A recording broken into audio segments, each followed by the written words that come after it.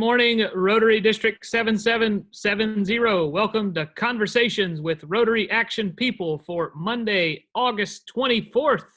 Can you believe August is almost over? Is time flying or what?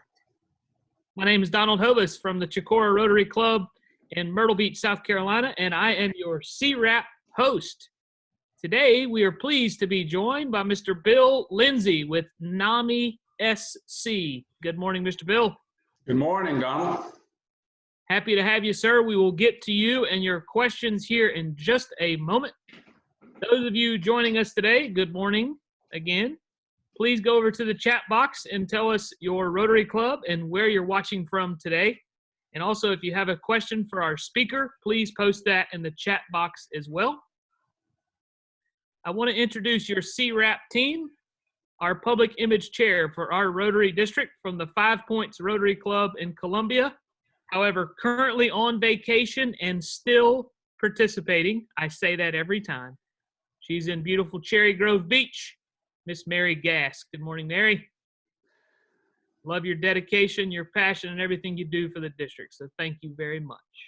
Our District Communications Officer from the Somerville Evening Rotary Club in Somerville, South Carolina, Mr. Terry Moore. Good morning, Terry. So, Bill Lindsey with NAMI SC. Good morning again, sir. Good morning. Would you please start out by telling our viewers what is NAMI SC and what does it stand for? Sure. NAMI SC is the National Alliance on Mental Illness for South Carolina. And NAMI itself, on the national level, is the largest grassroots nonprofit for the improvement of the lives of those with mental illness and their families. And we do it primarily through education, support, and advocacy. And here in the state of South Carolina, I run the state affiliate. I've been with NAMI since 2001. I've been at the state office since 2005. And we are a three-tier organization. We have 10 affiliates around the state. They're under the umbrella of NAMI South Carolina, and then we also have a national connection with our national office in Arlington, Virginia. And we are, I guess, all autonomous in that we're all our own 501c3. So that's basically what NAMI is. Our mission has changed a little bit here in the past since March. So you might want to ask about that. Yes, and I will elaborate and tell you, Bill is the executive director for South Carolina, and he is coming to us this morning from Columbia, South Carolina. So tell us about the vision, the makeup, and the programs offered by NAMI SC. All right, just I'll briefly go over that part. And one of the things, I think the whole purpose of our vision, again, is we're out there to improve the lives of those with mental illness and their families. And we have numerous programs that we do around the state that affects all different kinds of folks. And so our signature program that we started, I guess, back in the 90s was our Family to Family program. And that's now a 5-week program that's designed to give people that have a loved one with a mental illness the ins and outs of how to handle that, from the biological side of it to symptoms, to the medicines that work, to the chemical background of it, to how to set boundaries, all those kinds of things. I wouldn't be sitting here today if I hadn't gone through that program back in 2001. We have numerous other programs, a lot of which are involved specifically with those folks that have an illness. We do a peer-to-peer program. We do an In Our Own Voice program that is for people that are in recovery from mental illness, and they go out and speak and give their lived experience on what it was like to have that illness and how they came out on the other side. We've done that at MUSC for medical students, and we've had attorneys and nurses go down and speak to those folks about their experience with mental illness, and you would see the mouths drop open of the medical students, because all they had seen is the worst of the worst in the ERs when they're going through their rotations, and to see someone that is actually a successful attorney or a nurse or some other professional that has been through mental illness come out on the other side. And I think that that's important in that clearly about 85% of the folks that get a mental illness can come out on the other side in some point of recovery and have successful lives. And that's one of the big programs that we do.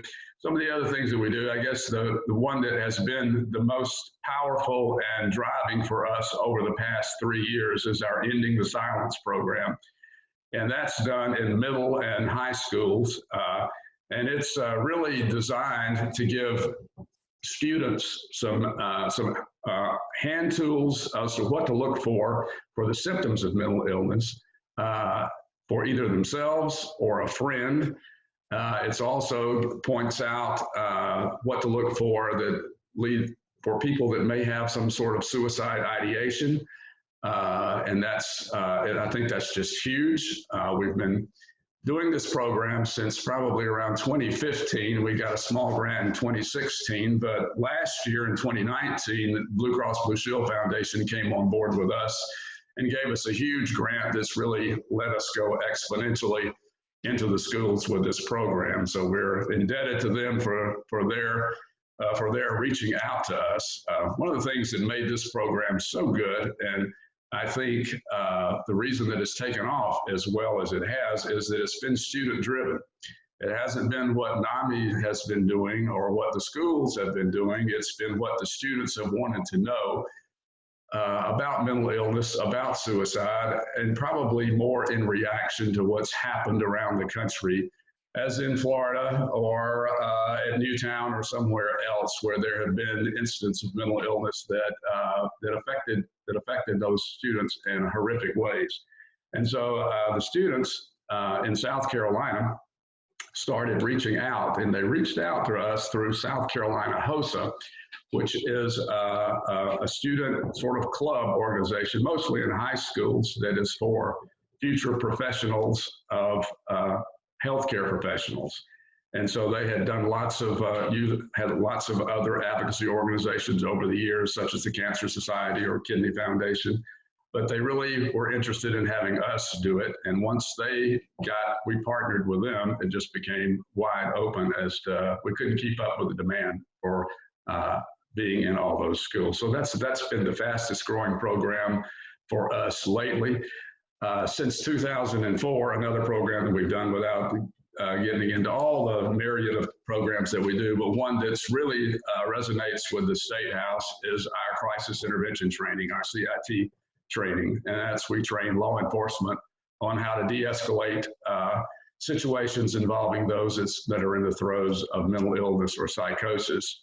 And it has been, I guess it's been a standby for us since 2004, and it's just grown tremendously with the amount of people that really want to know how to de-escalate situations involving those with mental illness. We bring in experts. The 5-day course is an accredited course for that training, and we bring in experts from all over, not only from the local mental health centers to talk about the specifics of mental illness, but we bring in probate judges, jail directors.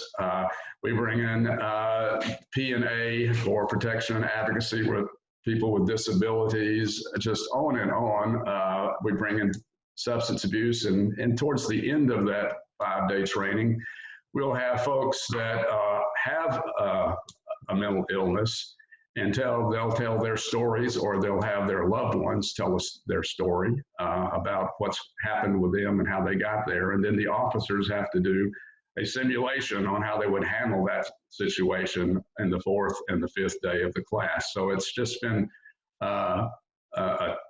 it's been a great program for us to get out there and get our law enforcement involved with us.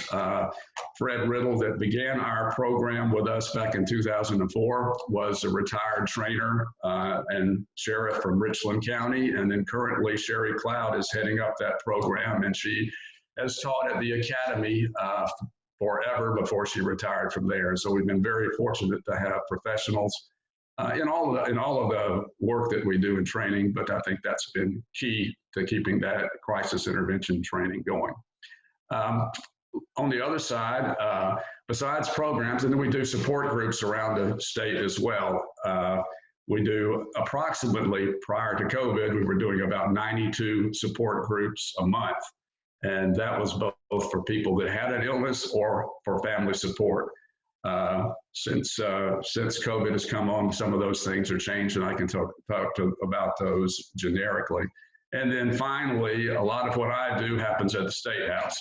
So I'm at the State House lobbying for legislation that affects those with mental illness, and lobbying for funding for the Department of Mental Health or Health and Human Services or the Department of Education or DSS or anything that touches or reaches people with mental illness. And it's interesting, when I go to the State House, I don't go as a Republican, I don't go as a Democrat, I go as someone that had a family member with a mental illness, and I tell my story, and then it's amazing how many people that you come across in every one of those offices you go in. Before you leave, they're telling a story of their own, because 1 in 5 people in the United States and in South Carolina have a serious mental illness, and it's so much more pervasive than people think, I guess. And so anyway, that's some of what we do in programs, in legislation, and in support around the state. So how do you see the pandemic affecting the lives of the average person and those with mental health conditions? Well, the pandemic is just, it's been incredible for, the average person having to go through periods of isolation and not being able to communicate, and being with your friends one-on-one in person, and having to do a lot of Zoom meetings, although they're fun. They're not the same, it's difficult. I usually, when I'm speaking, and I've spoken at Mary's Club and several others around the state that I'm speaking, I usually will have at least some sort of joke or something, humor, to get into what I talk about. But delivery is a problem on Zoom. if people don't hear it and they don't know what the punchline is, well then, you fall flat. So I've been leaving that stuff off. But the thing is that just for the average person dealing with what people are dealing with, for example, my office, we are still working pretty much virtually, although I'm in the office at least 2 times a week, and sometimes more than that. But we are under restrictions in getting in front of people with all of our groups and our support and those kinds of things face to face. So we've had to go to a virtual format. And so those of us that just have a regular job are having to learn to deal with the virtual format. And we went from, all of these live presentations to doing things virtually, and having to come up with that from ground, and I guess from square one, because we weren't doing that before. And we had to make sure that all of our contracts and grants were in line with doing what that required. So it's been a massive undertaking to get to the people that are out there. And that's the same, I'm sure it's quite similar in a lot of different organizations for people. But then, those common stressors that affect those of us that might be somewhat average in our daily life affect all of us. But just imagine how that is for people that are struggling with some sort of mental illness. And in particular, those with mental illness tend to isolate. Is one of the things that they do primarily. So if you're now having to isolate even more, you can't go to whatever groups or supports that you were getting previously, that you may not be on the same kind of routine. Routine is just tremendously important for those with mental illness. If you don't have the same sleep patterns as you did before. One of the things that's happened during the times of this is that alcohol abuse has gone up. People have more time on their hands, so they're, if they are bored, and that's what they do. I'll chance this one. I had a good friend that said, as a rule, he didn't drink. As a habit, he did, but as a rule, he did. So I think that that's some of what is happening around with everyone. That's an increased problem for folks. There are obviously things that can be done to help alleviate some of this. And so we're trying to get in our groups, we're trying to make it easier for those folks that have an illness to get in contact. That's why we're doing the virtual support groups and meetings, as many of those as we can.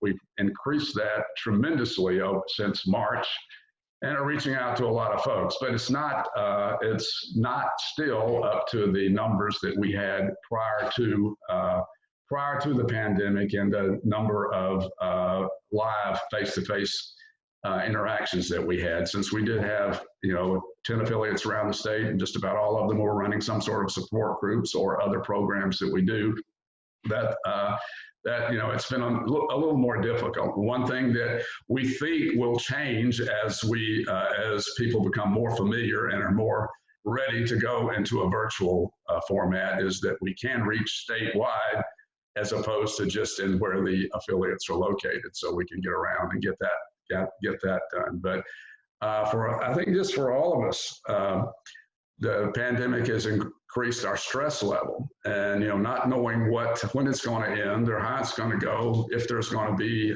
football, if there's going to be any of the things that we use for distractions, the normalcy of dining out is just not normal anymore, and I just think that that's a huge thing for people unable to get together with their friends.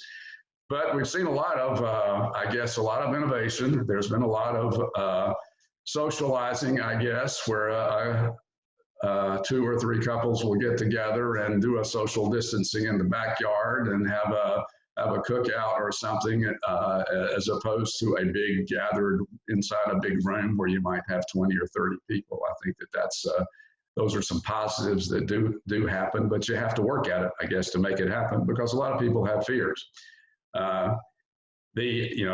As we get older and we have some inherent illnesses, I think that's made it more difficult. For example, my wife had hepatitis C. She ran the medical lab at the VA hospital for 38 years, and she concocted that while she was at the VA on a needle stick that happened when she was having to sub in for someone that didn't come.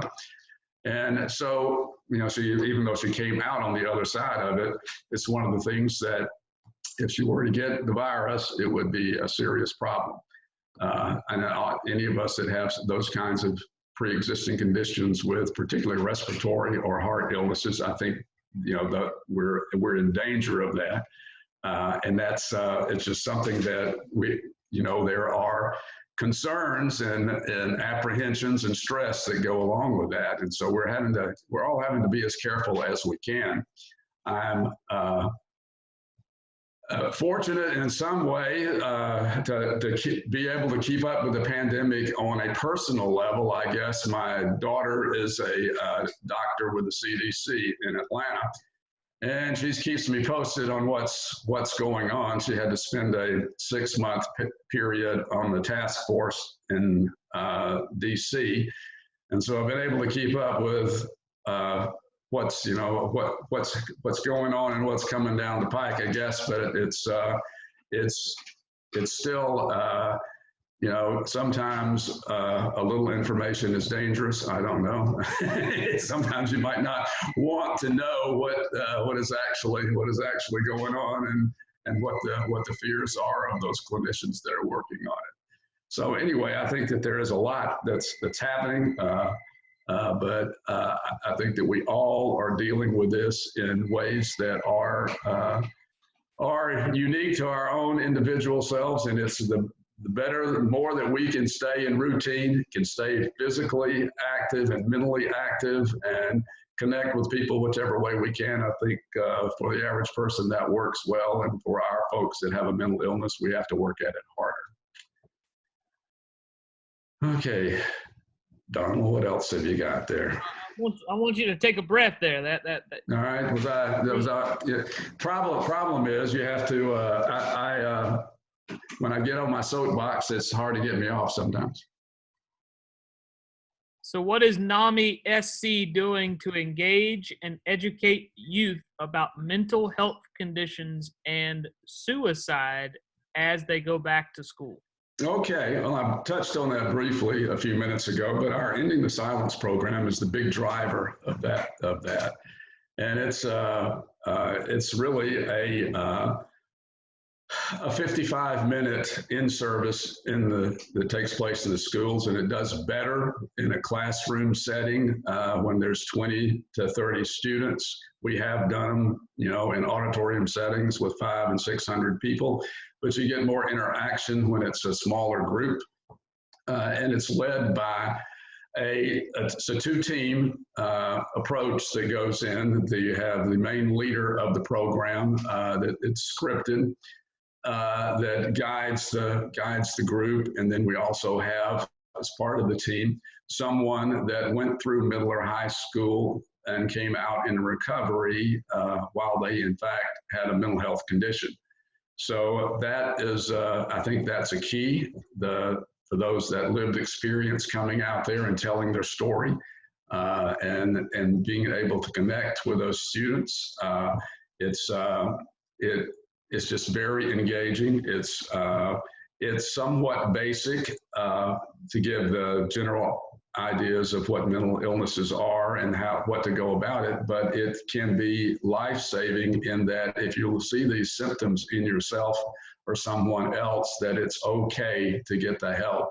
And we encourage you to seek the help of a counselor, or a teacher or a nurse in the school. And it's incredible how many warm handoffs we have during the presentation or after the presentation to those mental health counselors or teachers or nurses, where someone is actually going through these experiences right as they're in the classroom setting. And it happens, almost in every case. And we're so much better off when people are taken care of, and particularly if they're taken care of at an early stage or an early set or an onset of illness, because these treatments can work great if people get it treated early enough, and they can save lives, and they can also save a lifetime of aggravation if you wait until 8, 9, 10 years into an illness before you get your first treatment or your first help. Then it's so much more difficult to get to a level of stability and maintenance, and then it causes all kind of problems. It's so much cheaper and efficient to treat on the front end than it is on the back end.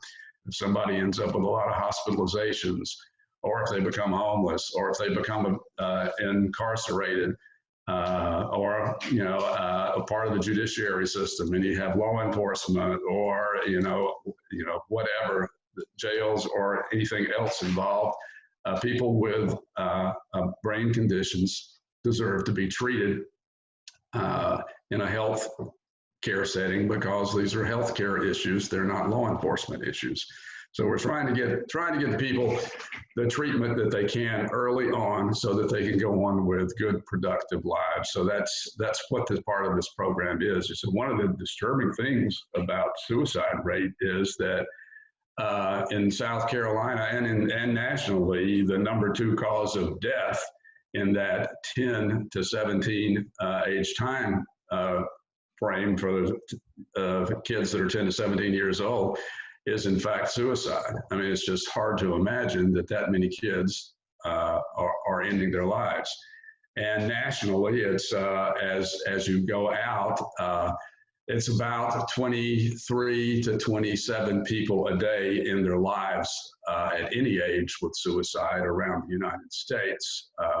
That's over 45,000 a year. It's actually I was saying a 23 a day, it's over 123 a day. If you can imagine an airliner going down with 123 people on it every day, the FAA would close down the airline or the airline industry, as did happen, with the MAX 737. But with that many people, 123 a day dying in the U.S., we don't talk about it nearly enough.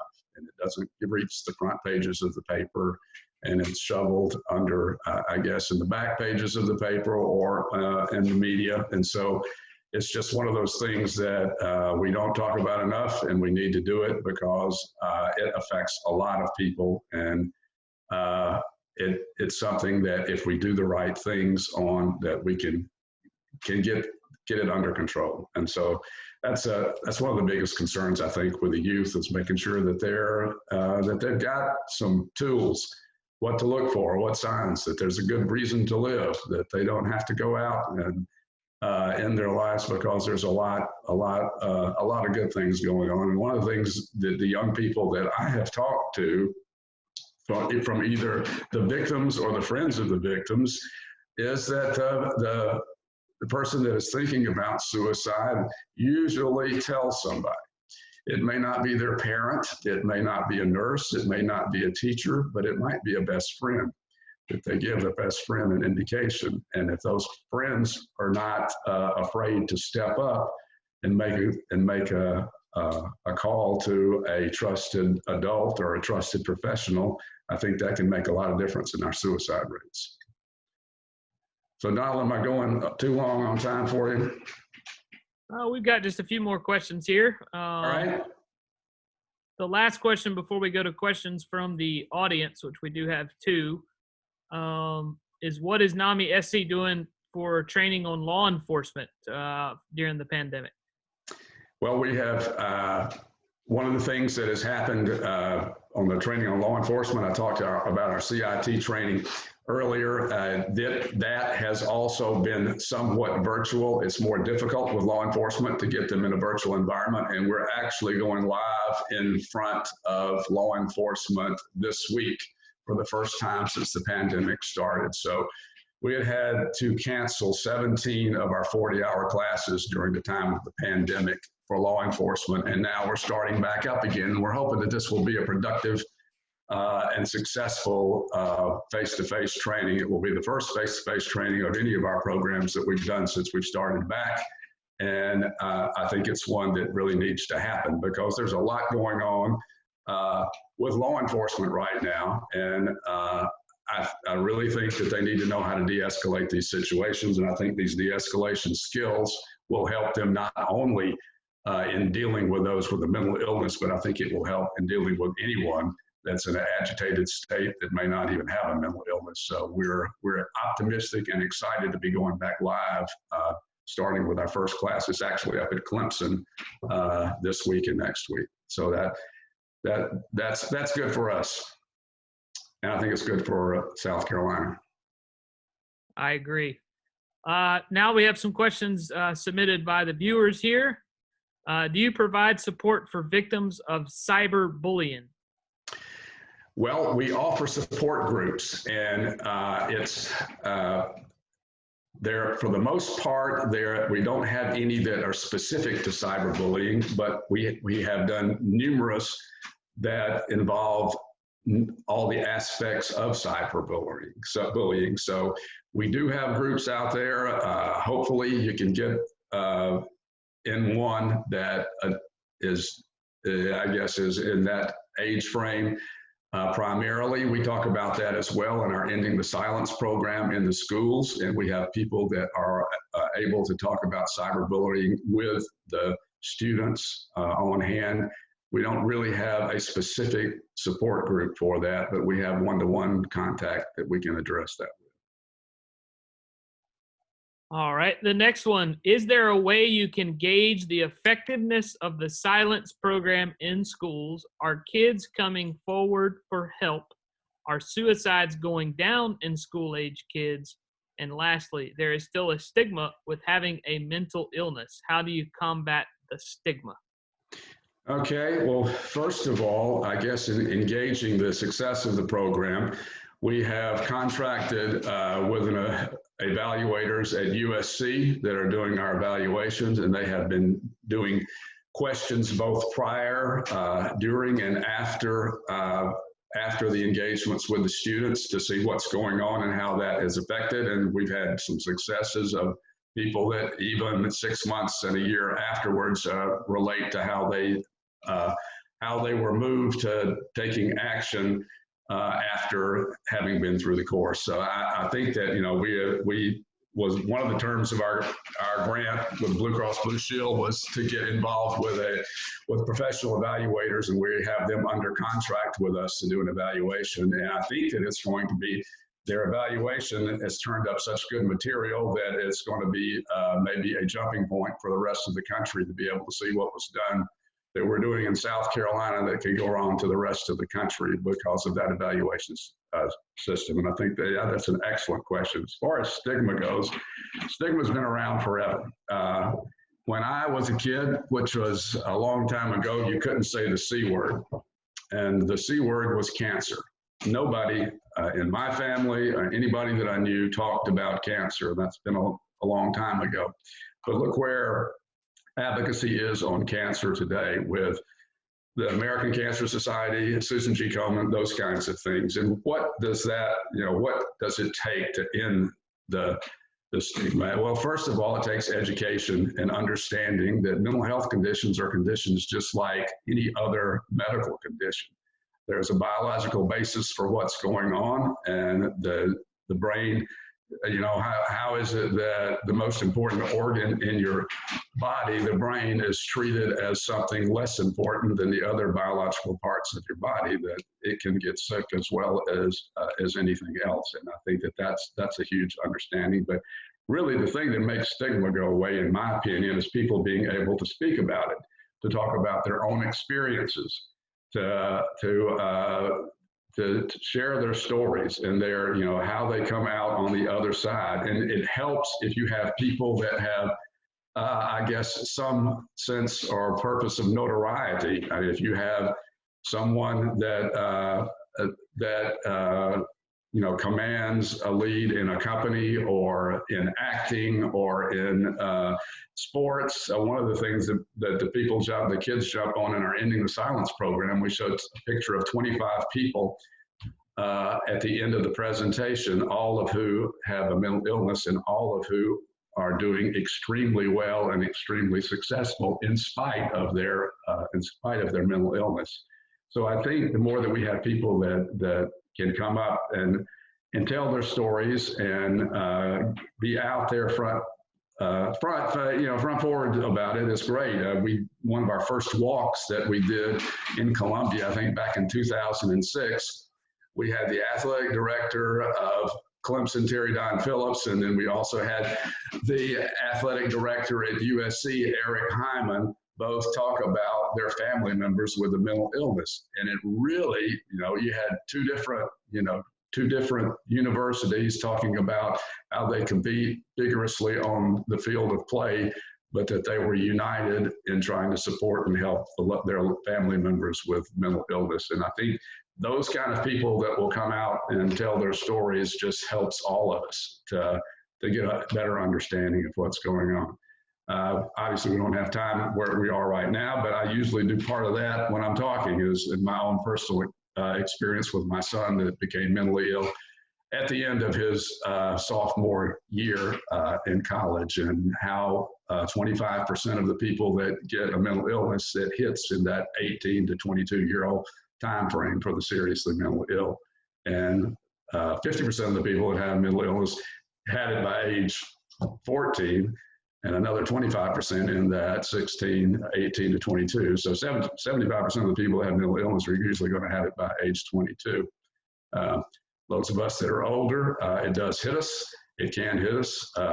You may remember Jane Pauley that used to be on the Today Show. She became bipolar at age 54.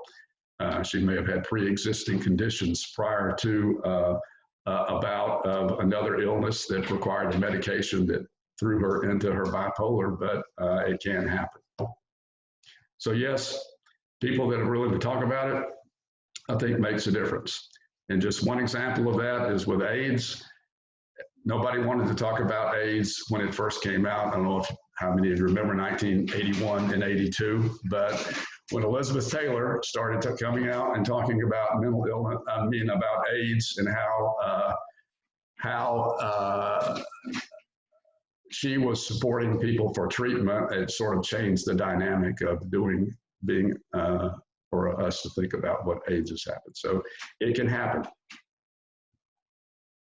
All right, sir. And the final question for you this morning is, what has been the most effective way of increasing awareness for NAMI?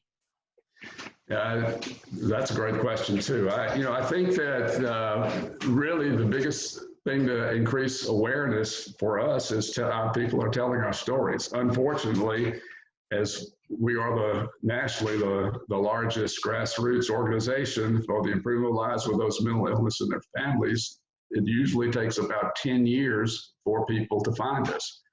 It's not second nature for people to know who we are. It usually, when people find us, they're in crisis. I found NAMI when I was in crisis with my son. So I was fortunate. I had a young lady that was in our Sunday school class that was doing a support group for NAMI. So I found out right off the bat, but a lot of people aren't so fortunate. And there are a lot of hoops that you have to jump through with mental illness. And it really helps if you've got someone who knows how to navigate the mental health system and knows how to navigate Medicaid or whatever else it takes to get the treatment that people need. So I think that the more that we talk about it, the more we tell our stories, the more people will become engaged and know where to go and how to get good, successful treatment. And I'm going to end today's segment with two comments from viewers. In one of his books, Pat Conroy said, "Every family has somebody." And then the next viewer says, "You have an excellent commercial running right now about mental illness. Congratulations on running it." Well, thank you. Well, it's been a pleasure to speak with you today. I think we had Pat Conroy years ago at one of our events in Charleston, and he was always a great spokesman for those with mental illness, particularly depression. Well, once again, sir, we do appreciate your time and sharing all about NAMI SC with us and our viewers in our district today. Well, thank you. If you need to get in touch with me, you've got my contact information, Donald, or if I need to send it out, let me know, and I'll get that out to you. Thank you, Bill. All right. Thank you. For those of you on this call, thank you for being with us this morning as well.